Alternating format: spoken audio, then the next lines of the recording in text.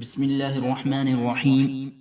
حضرت ابو ہریرہ رضی اللہ عنہ روایت کرتے ہیں کہ رسول اللہ صلی اللہ علیہ وسلم نے ارشاد فرمایا، ایک دوسرے سے حسد نہ کرو، خرید و فروخت کی نیت نہ ہو تو بولی میں اضافہ مت کرو، ایک دوسرے سے بے رخی اختیار مت کرو، کوئی تم میں سے کسی کے بے پر بے نہ کرے، اللہ کے لیے بھائی بن کر رہو۔ ایک مسلمان دوسرے مسلمان کا بھائی ہے، وہ اس کے ساتھ نہ ظلم کر سکتا ہے، نہ ہی اسے رسوا کر سکتا ہے، نہ اس سے جھوٹ بول سکتا ہے اور نہ اس کی تحقیر کر سکتا ہے۔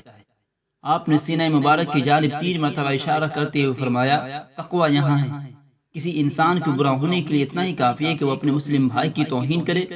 ہر مسلمان پر مسلمان کا خون، مال اور اس کی آبرو ریزی حرام ہے۔ یہ حدیث جامع کلمات میں سے ہے اور بہت اہم مضامین کا احاطہ کیے ہوئے ہیں۔ مسلمانوں کی اخوت و محبت اور حقوق کی بابت بتائی گئی ہے۔ مسلمان آپس میں بھائی بھائی ہے اور مومن اپنے بھائی سے حسد نہیں کرتا، اس کو ایذا نہیں پہنچاتا، اس کی تکذیب نہیں کرتا اور اس کو حقیر و کمتر نہیں سمجھتا۔ کسی کی نعمت کے ختم ہونے کی تمنا کرنا اور اسے زائل کرنے کی جستجو کرنا حسد ہے۔ تناجش کہتے ہیں انسان بلا نیت خرید و فروخت، قیمت میں اضافہ کرے۔ تباغض یعنی ایک دوسرے سے قدرت رکھنا، اس کا سبب غیبت، چغلخوری ہے۔ انہی چیزوں کے سبب تدابر یعنی بے رخی اور لا تعلقی پیدا ہو جاتی ہے۔ باہمی ایذا تکلیف دینا بھی تعلق کو منقطع کرتا ہے۔ اسی طرح کسی دوسرے کی بیع طے ہونے کے بعد دوسرے کو اس پر بیع کرنے کا حق نہیں ہے۔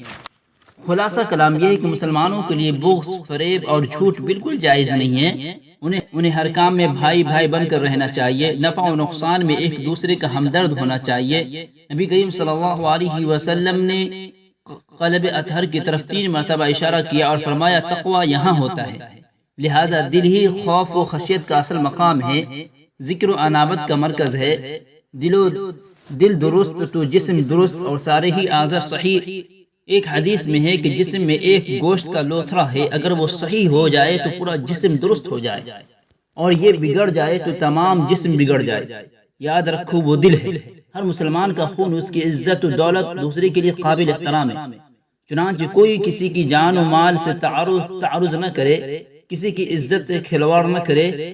بندہ کی لازمی کوشش ہونی چاہیے کہ وہ اپنے بھائی کی ہر طرح خرابی و شر سے محفوظ رکھے اور دعوت و خیر کے کاموں میں اس کا تعاون کرے۔